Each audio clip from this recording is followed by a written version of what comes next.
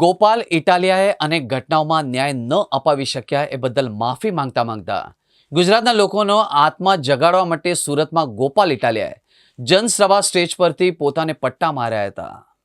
ગોપાલ ઇટાલિયાએ જનસભામાં કહ્યું કે પોતે અનેક ઘટનામાં કાયદાકીય, સામાજિક અને રાજકીય લડાઈ લડતા આવ્યા છે, પરંતુ ભાજપના રાજમાં અધિકારીઓ અને નેતાઓની ભ્રષ્ટ સાંઠગાંઠના કારણે કોઈને ન્યાય મળી શક્યો નથી.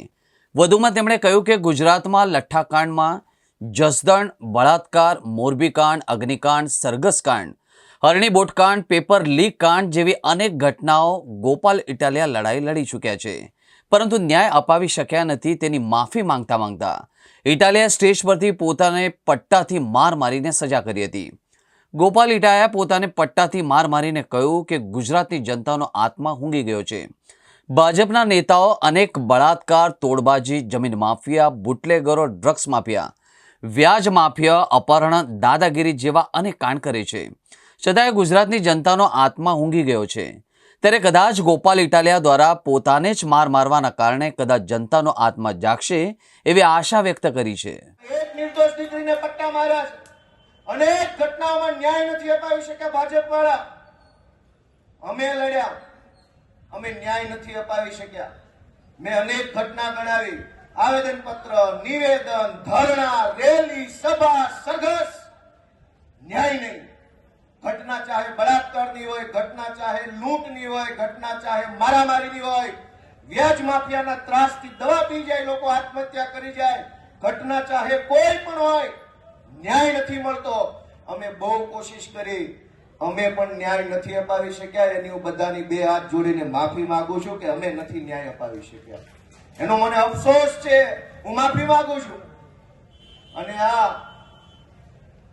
અમરેલીની દીકરીને જે પટ્ટા માર્યા છે, હું એમ માનું છું કે હવે ગુજરાતની સભા સુરતમાં ભલે હોય, આ સંબોધન આખા ગુજરાતને છે મારું.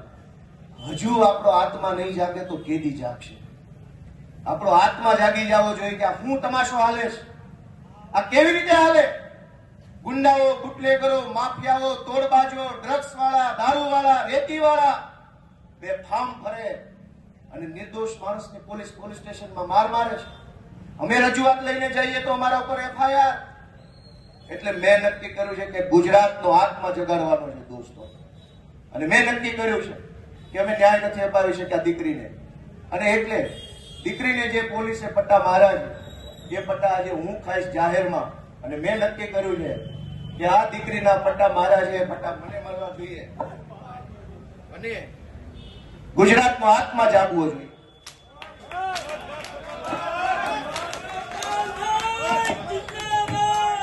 ગુજરાતનો આત્મા જાગવો જોઈએ. હવે ગુજરાતનો આત્મા જાગવો જોઈએ. મૂકી દો, આત્મા જાગવો જોઈએ ગુજરાત આખાનો. દીકરીને પટ્ટા કેવી રીતે પોલીસ મારે? મૂકી દો. ગુજરાતનો દોસ્તો આત્મા જાગવો જોઈએ. આત્માની અંદર લાગવું જોઈએ. દીકરીને પોલીસ કેવી રીતે પટ્ટા મારી શકે? દોસ્તો, આ સજા મને મળવી જોઈએ. આ સજા મને મળવી જોઈએ. જેને જેને દીકરીઓ, ગુજરાત આખાની દીકરીઓ પર અત્યાચાર કર્યા, સજા મને મળવી જોઈએ. દોસ્તો, અમે ન્યાય નથી અપાવી શક્યા એનો મને અફસોસ થાય છે. અમે ન્યાય નથી અપાવી શક્યા. દોસ્તો, હું ગુજરાતનો આત્મા જગાડવા માંગુ છું. કોઈ અમને જિંદગીભર મત ન આપતા, અમને હરાવી દેજો, પણ દીકરીઓને ન્યાય અપાવવા માટે તમારા આત્મા જગાડો. તમારા આત્મા જગાડો. અમને આખી જિંદગી મત ન દેતા, હરાવી દેજો. દીકરીને ન્યાય અપાવશો કે નહીં અપાવો? અમે મહાન નથી, કાલ મરી જઈશું.